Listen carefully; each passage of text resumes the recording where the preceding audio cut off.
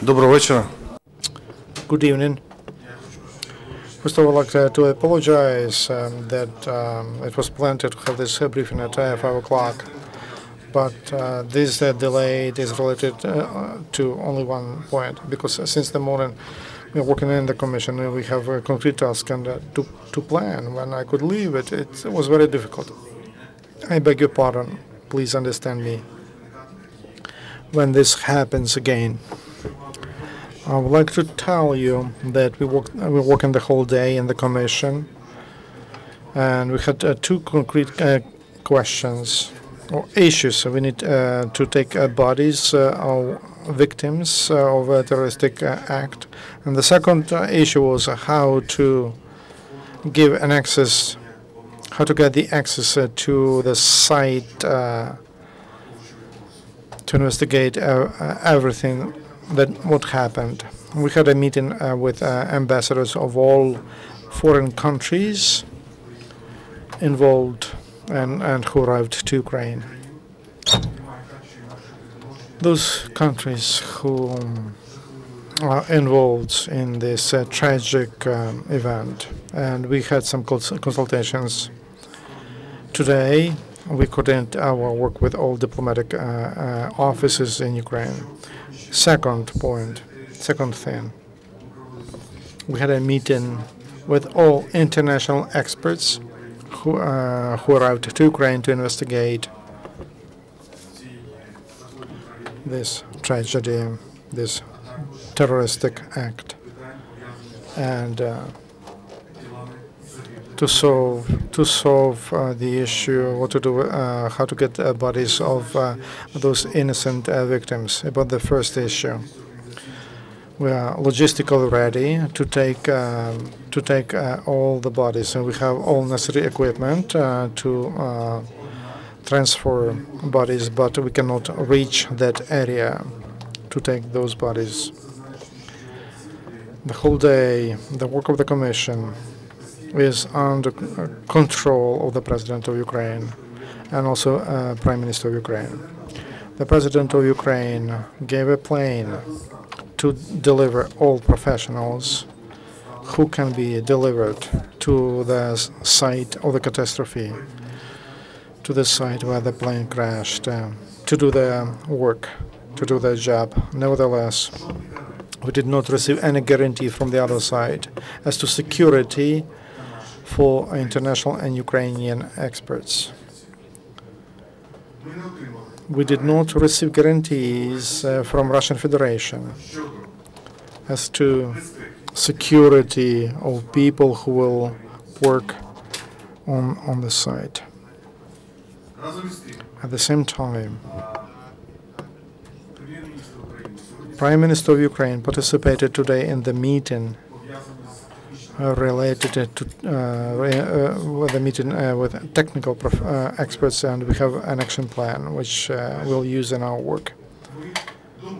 We agreed that our experts from the service of emergency, together with OSCE observers, they will not hinder to take bodies of innocent victims to special train wagons to deliver them to the place of expertise and where there will be bodies will be identified. To do that, me as the chair of the committee and the representative of OSCE, a representative of international experts who are working on this, who is authorized with all the rest of the experts, and plus the chair of the Ministry of Emergency. We sent a letter that we authorize the Ministry of Emergency to work on that issue. We received an agreement of those who control that territory, that bodies of could be taken out. The search continues. 192 people were found and we enlarged that area up to 35 square kilometers. Plus, I would like to tell you that there are 200 rescue workers, but they're working under the pressure of terrorists, so they cannot do their job completely, though they are just heroes there. Also, 21 cars used there, or vehicles, and we work on that. And the president had consultations with different countries as to security guarantees from Russian Federation to those people who will be on the site. In general, that's what I wanted to tell you.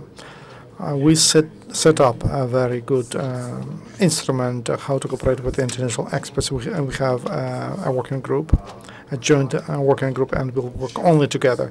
Once again, I would like to underline that Ukrainian government is interested and will do everything possible. And the president of Ukraine told about that, and the prime minister told about that. We will do everything to provide transparency, to guarantee transparency of everything which is related to this investigation. We support broad involvement of international colleagues into the process of investigation. Thank you for your attention. I will be happy to answer questions.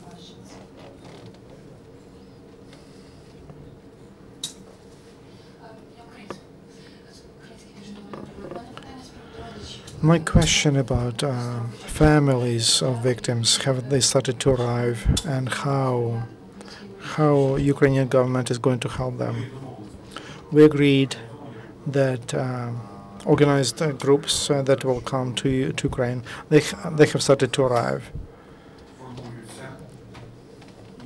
They will be in groups, and embassies of different countries will give us concrete information about those groups. So if we know that a group from one country comes, and we will put them in a hotel, and we'll do everything to support them here. In addition to that, in our airports, in our international airport, there is a point, a special center, and they will provide visas to this to the families, and no visa regime for 10 days. Have they started to come? No, not yet. But there is a technical mission, more than 130 people from Malaysia, and professional specialists from different countries. But we agreed we want that to be organized, and embassies will send a technical task to our Ministry of Foreign Affairs, and we will include that. Australia. I have two questions. The first one, we've seen photographs come out of the crash site today which were identified as Ukrainian emergency workers. Can you confirm, is anyone from the Ukrainian emergency workers moving bodies on the site, or if we see pictures of bodies being moved on the site, is that someone else doing that? My second question is, can I ask, are the people you've spoken to, does that include Australian experts, and does that include the Australian embassy? Can you describe the conversations that you had with them? Дякую. Під час зустрічі сьогодні з дипломатом During the meeting with the diplomats, there was an ambassador from Australia. And we are completely open, and we are ready to invite and to include Australian experts, and we are working together. As to the bodies you saw in those pictures, the search operation there is under full control of gunmen, and rescue teams have to follow the orders under the guns.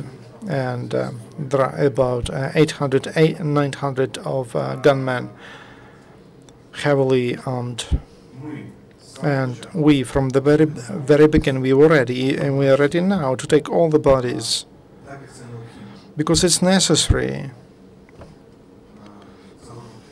We need to wrap them, to pack them, as there are special requirements for them. They should be placed at carefully to special wagons with a certain temperature, and then we could move that and transport them. And we don't have a technical problem with that. There is only one problem. We ask them give bodies of innocent people to us. Those bodies should be delivered to their families, to their countries. That's awfully important. And for us, this is the issue number one for us, because according to our data, we have no doubt as to the reasons of this of the tragedy of this airplane. It was shot down. Central Council of Maidan,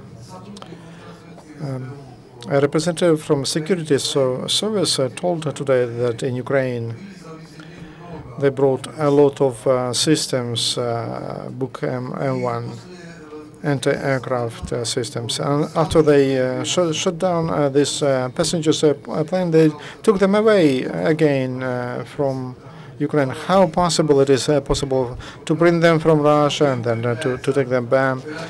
Is it a walk? Is a free walking? Thank you very much for your question. I trust to intelligence service, and as to the equipment, and at this moment I cannot comment.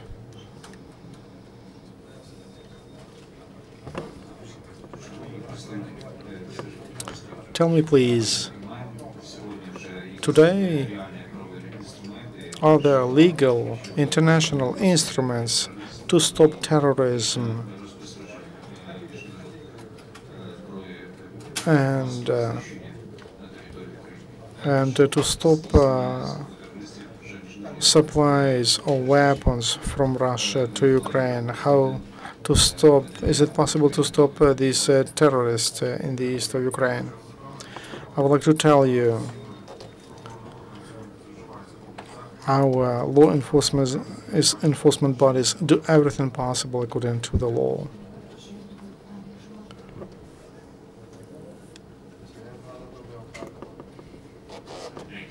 Aaron Katursky from ABC News in the States. What assurances can you give the families who are starting to arrive then that the bodies will be returned to them? Is it possible that the bodies will remain in Donetsk indefinitely? Or how are the families to cope now more than 48 hours later without knowing?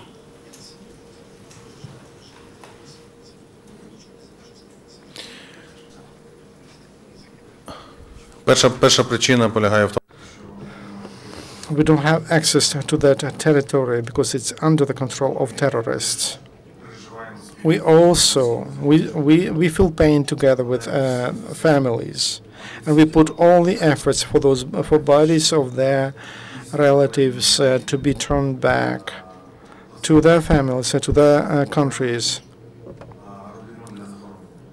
for them to bury them. That's our task. It's our joint task. We do everything possible for that to take place, and we are working on that.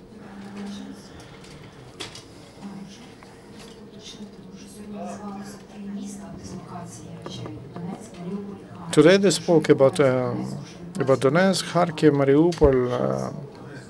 In Donetsk is under control of gunmen. As to Kharkiv, when we started to open our center, right after the tragedy, we did this. We sent to Kharkiv a special train. Also, we analyzed which city was the best to receive relatives and everything. That was Kharkiv, and we did everything possible. We reserved hotels, etc. for but militant gunmen, they destroyed our plans. Nothing is happening in Kharkiv. We work according to the plan which I told you about. That's why neither in Mariupol nor in Kharkiv there is nothing. Nothing is done which is related to this tragedy. I want to tell you that we are completely open. We have nothing to hide, and any decision of our committee of our group, and we make decisions together with our international partners. We'll inform you. We'll form international community, and also we'll inform Ukrainian mass media. Any information about the black boxes? Any information that the terrorists have them, for example, or do you have them? Does the government have them? Any information?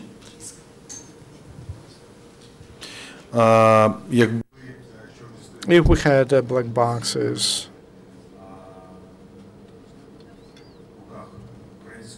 if Ukrainian government had them, we'd inform you about that. Also, we'd invite professionals, international experts to work on them. That would be completely transparent. We don't have any evidence about. We don't have information about whereabouts of black boxes. We don't have information that they are on the site. It's quite possible they were taken away, but we don't have any evidence who took them or if they are found. Margaret Coker from the Wall Street Journal. My question is about last week and government policies that were made last week. On July 14th, last Monday, the Ukrainian military cargo plane was shot down, presumably by the separatists. There was a new warning put out by the Ukrainian civil aviation authorities to warn against commercial flights traveling at a certain altitude. Looking back now... Can you please speak closer into the microphone? Yeah, I'm sorry, it's having the feedback on me. Yeah, thanks. Sorry, sir. So that warning was made for commercial air traffic, but the Ukrainians did not close the airspace after last Monday. Was there a discussion among Ukrainian officials last week after the Monday tragedy to close the airspace? If there was such a discussion, can you tell us what was discussed? If there wasn't a discussion to close the airspace after last Monday, can you give us any reasons why that decision was made or wasn't made? Thank you.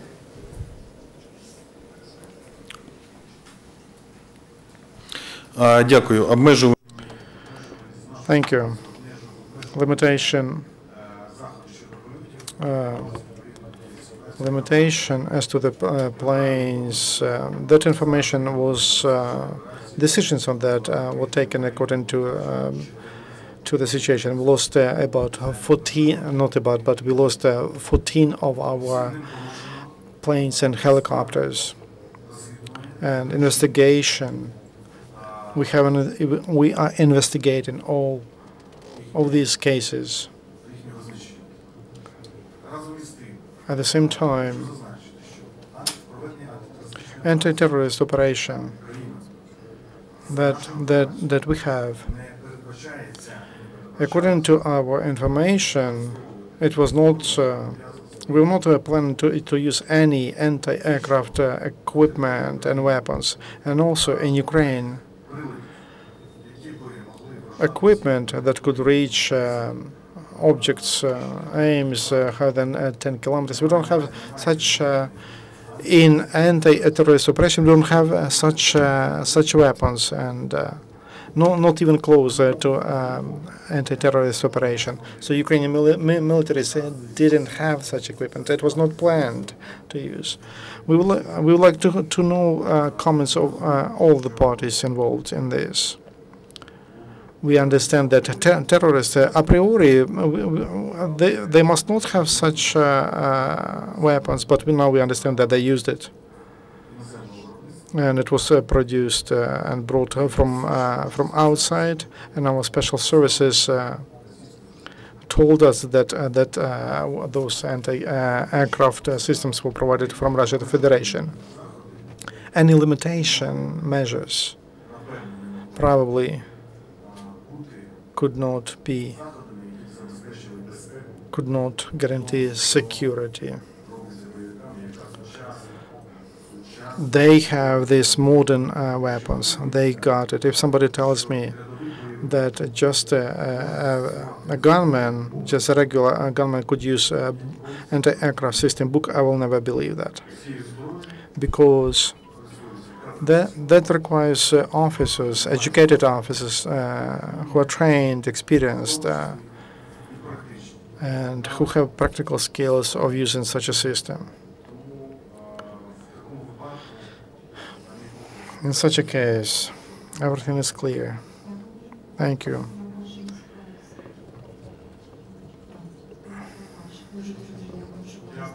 Thank you very much.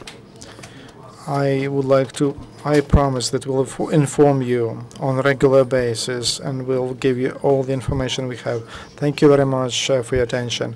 And I beg your pardon that I came late.